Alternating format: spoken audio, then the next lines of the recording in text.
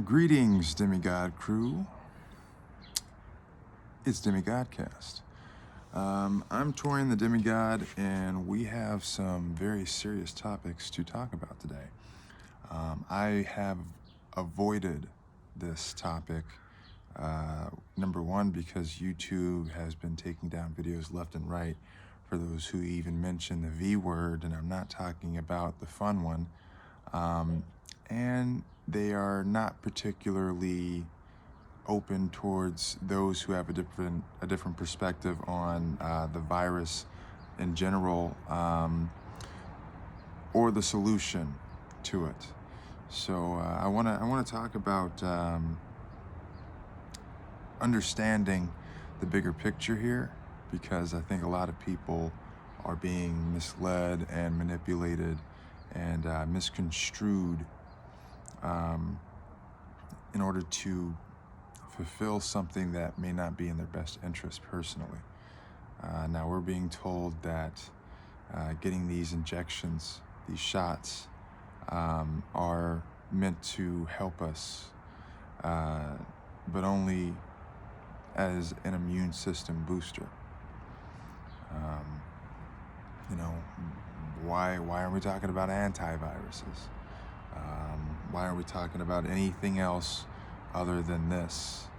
And this is something that I want people to understand, that in our country we are given a choice, and in other countries it's not necessarily so easy or so liberal.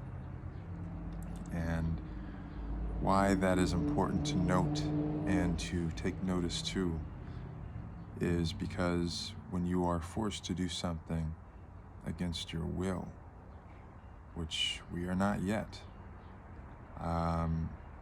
you must begin to question where the authority lies, where the true authority lies. If it is not within you and it is being enforced upon you.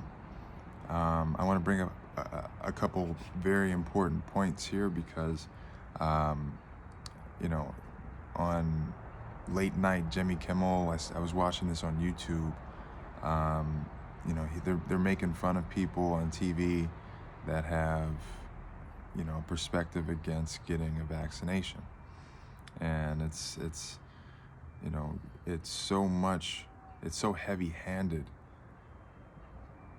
that you must take a look at why they're dangling the carrot so close in front of your face. What is it that they're trying to get you to not look at by just focusing on this? You have to understand how manipulation works, how thought process works, repetition. This is brainwash. Get out and vote. I mean, how many times do you hear these things over and over and over again? Social distance, 6 feet apart. Wear a mask at all times. These are things that they want to instill in the mind so that the body acts. They can control your mind, they can control your soul. Okay, so what are they doing? They're offering $1 million, a $1 million prize just to show up, just to get a vaccine. They're giving away $1 million every Wednesday. This was on Jimmy Kimmel Live. I saw a clip on YouTube. Okay, there's a doctor talking about this. Okay, they're also giving away free French fries and burgers from Shake Shack just for getting the vaccine. These are bribes. They're bribing you. They're suckering you into it. How could we reel them in? How could we get more of them in? And why it's sick and why it's disgusting is because this is for us. This is for people like me. They're trying to get, like we're fucking children. And the sad thing is people are going to go for it. Oh, let me get some fucking free Shake Shack. Yeah, I'll get my vaccine. Fuck it. Hungry. It's, it's manipulation at its lowest. And they're pulling all the stops. Okay, you can't, you see advertisements on billboards, you see it on TV, get vaccinated. You know how much it's like the advertisement is free at this point. They didn't even have to pay. They get you to say the shit on social media. Shit's advertised, shit is selling itself, and it's free. And you don't know what it's gonna do. Now, let's just say, everything is fine and dandy. Let's just say that. Let's just say the virus has no abnormal genetic effects on your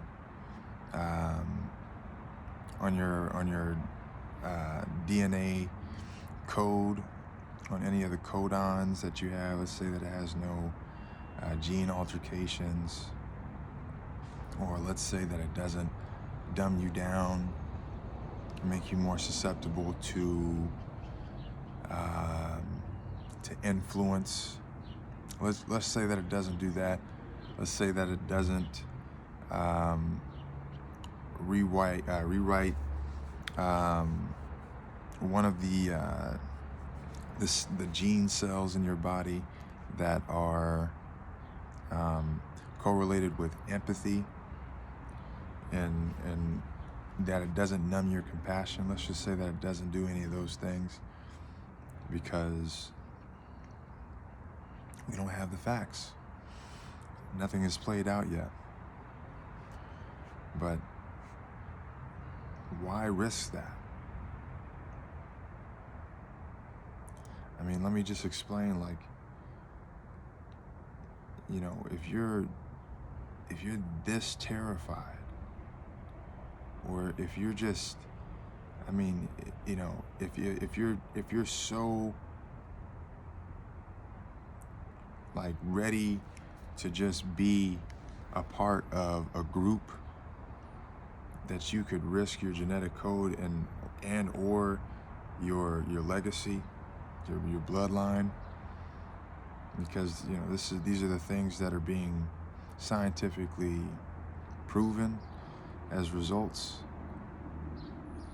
of getting these things, is that people are coming back sterile. You know how many people are just gonna, just have to live with that? It's bound to have some percentage of people that come back with side effects, right? You just think this shit's not gonna have any percentage of side effects? Everybody's getting it. They're trying to get 60% of the population to take this before they're just like, all right, we can pull back, guys. We did it. They're trying to get 60% because once it's that much, they're good. They don't have to worry about that. And this is all been planned out. This is all planned out who knows, 6-7 years ago, at least. You people don't understand that the New World Order was when they came and took the land from us centuries ago. America is the New World. It has been. White people have been considered demons, in every indigenous race on the globe has a name, term, or slogan for a white devil. Why? Well, let's look at the facts. See? Christianity was the #1 recruiting tool in the nation. I mean, if you wanted to take over a civilization, get a man to fight for God, but your God. You know, they used the Romans. This is the Romans used Christianity to conquer and to command. And the Roman Catholic Church, you know, which became a much more organized, hierarchical structure of Christianity. That is what became, you know, the weapon, because it was, you know, you had the money, the power, the control, and you also had the innovation. You know, you got to choose what was inspiration and what was hearsay. And so, you know, history tells all the stories. If you know where the truth is, you just reverse everything that they have told you to be the truth, or look at it as a half-truth, and you'll probably be able to imagine what is the completion of that, or some of. You know, it's very twisted what they have done to the story of slavery in this country, by depicting it only as if we were being dragged back and forth from, or not back and forth, but being dragged from Africa to here, just across the sea, as many as they could get, you know, that didn't jump ship. There was a lot of us here that we were already here, and we had to fight. You know, peace was something that, you know, we had come to amongst tribes.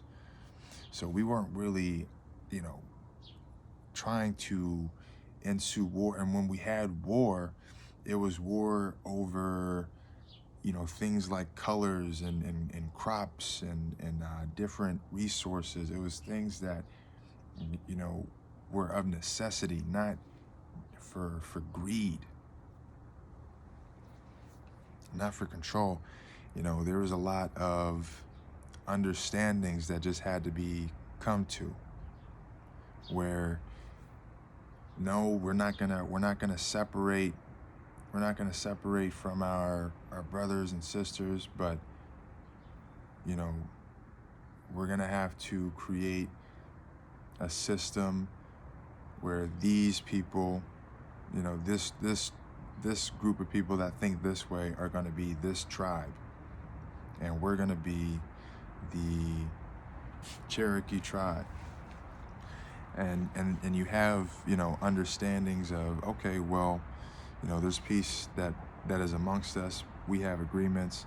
We're not gonna cross this threshold of land without letting you know we're coming here, or we'll signal you this, let us know we're passing by, or if we need to buy something from you, we'll send over a couple smoke signals. Hey, we need some corn, and then, you know, you send over somebody carrying some crops for us, and we'll do it that way.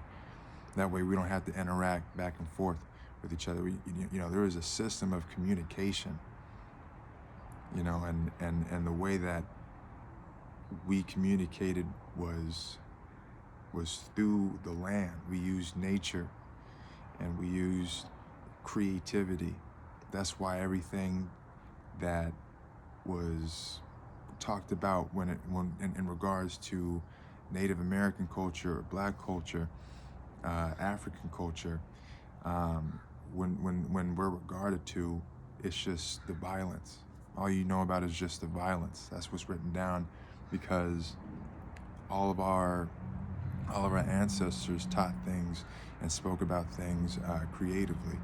and we just had a creative understanding of one another through our logical means of acting and doing things in coordination with the land and in coordination with nature and with and in unison and communion with one another. You know, it wasn't it wasn't it wasn't as savage as they made us out to be until they got there, and then we had to get wicked and had to get savage. Man, you know, I want to talk to you guys about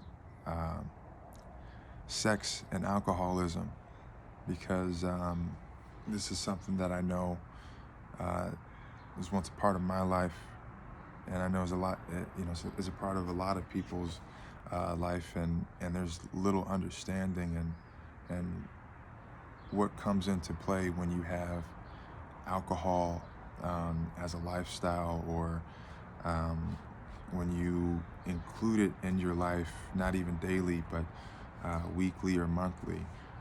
What is it doing to you, or what is it actually what does it actually have against you in a spiritual way? And you know, alcohol is actually called spirit, and you know, it's funny because, you know, what is said or known to happen is that you get possessed, or you know, you lose control of yourself. Some people say that they become a completely different person when they drink. This isn't by accident. You know, alcohol is just you know, it kind of like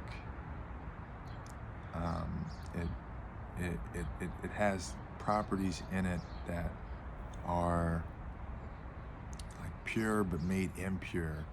So, you know, you have a lot of things that chemically alter the way that you think. And, you know, some people, they release a side of them that's like the flip side, that they hide from themselves, or that they repress, or that they are most judgmental of. And it's, you know, it's one of those things where it's a hard look in the mirror for people to see themselves when they are in that way, and they you know, and they wake up the next morning and they're just like, oh man, I blacked out. Well, it's no wonder, because you don't want to, you know, you wouldn't ever want that you to be watched by the sober you. You wouldn't, I mean, you just completely walked away consciously from that moment. You're just like, I'm not present anymore. And your presence completely just dissipates into whatever chaos your subconscious is projecting and acting out while drunk. But there's also chemical properties that are not of the subconscious and that are not you, and that lower your the frontal lobe and the frontal cortex of the brain that involves your decision making. So that just completely gets numbed and nullified. And what it does to you energetically is it makes you more susceptible to others' will. So you become less masterful, less controlling of your own inner intentions. Your intentions can be dissipated. You know, a lot of people, oh, I didn't mean to say that. I was drunk. You know, I wasn't thinking straight. I was drunk. That's because it's your will. It's not, you know, it's now just projection, just subconscious. There's no filter. And you're just doing things that somebody else could be willing you to do, or that, you know, memories or different wounds that are not healed in yourself could be taking form and taking thought and taking consciousness through you in those vulnerable moments when you are most vulnerable, when you have no control over your own will. And so how does this connect you sexually? See, and this protrudes to the law in this country, or at least in the state, when it comes to how much willpower you have when you're drinking, and how you drink more and you can will less. It's, it relates to this. I mean, think about this way. For the fellas out there, you've heard the term whiskey dick. How many times have you drank too much and you just can't get it up? You just can't, for whatever reason. That's your willpower. That is your sacral energy, right above the root chakra, and that is your will at its lowest. And yeah, your pleasure center is most stimulated at that moment, because what alcohol does is it is a depressant, but what they say is your inhibitions get lowered. You lower your inhibitions, right? This is you being subjugated to any other will that is stronger than your own. Somebody can take advantage of you, women especially, men. Somebody can definitely get one over for you if they're stealing your wallet. You don't even feel when somebody's tapping on your side. People bumping into you. People steal money all the time at clubs. You can get conned, when you're drunk, thinking somebody is something that they're not. Right? Just making some stupid judgment call about a person that you think is your friend or your buddy. It turns out not to be that. Okay, so these are just things that happen because this is what your will is subjugated to consciously, in a mentalistic perspective. And also, another thing. So when you're drinking, and when it comes to wanting to connect with people, and the pleasure center is stimulated, the sacral chakra, that is literally somebody that has a stronger willpower than you can influence you to have sex with them. This is why the law says that, if you're drinking and you're a man, and a woman is drinking, and she comes and says, after you guys both have a night of sex, whether it's consensual or not, just verbally or any way that she might have said so, is considered not consensual. And that's because the willpower of a man is naturally stronger than a female's willpower. So it's like, if even a drunk man still has more willpower than a sober woman. But a sober woman or actually, that's not true. A sober woman is going to know that a man is drunk and not really be subjugated to what a man is trying to do. Although a man's willpower when drunk is going to be like loose, and he's going to be aggressive depending on the type of man that he is. But it just relates to, I guess, when alcohol is involved, the strongest willpower wins. And when you drink more and more and more, that willpower is lowered. So naturally, women are at a disadvantage. So that's why it's very, very important to understand what it is that you're putting in your body, and what your intentions are as a human being, and where your heart is as a person. Because when you have misalignment, you're bound to make any kind of mistake, or any kind of thing that you would regret, by just choosing alcohol. And a lot of people don't choose alcohol. A lot of people feel that alcohol is, they can have a good time without it, which is great. But for those who haven't made that leap or that jump yet, there's always another way. There's always a different reason other than alcohol. A lot of times, we become less and less and less who we are because of the drinking. It's not so much of a habit, but over the course of time, the people that you surround yourself with become habitual, and the surroundings that you have may be less valuable and less cherishable than your own intentional and self-inherent values would be if you were just thinking clearly, and not being in the same areas, doing the same patterns, being around the same people whenever you have alcohol in your system.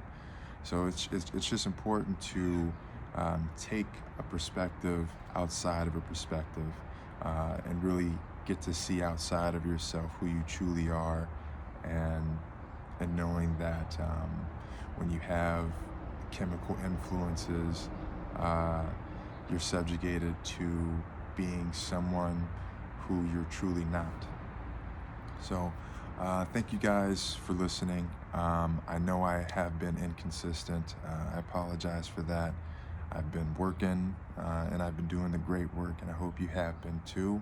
I've really just been doing the best that I can to self-actualize and fully potentiate the innermost understandings of who I am, so that I could bring to you the truest version of me, and bring out the truest version of your guys' self, and help you just gain a deeper understanding of what that means, because truly, I'm learning along with you all. We're all demigods out here, and if you're new to the channel, if you're new to the Demigod Cast, what a demigod is someone who knows that they are a child of God, or a son of God, or a daughter of God.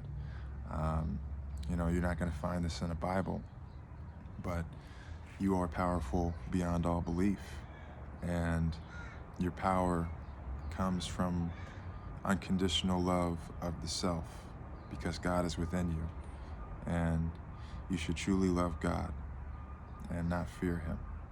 So yes, understand who you are, understand what you will become, and aim for that, focus for it, and walk steadily along the way. It's Demigod Cast. Thank you.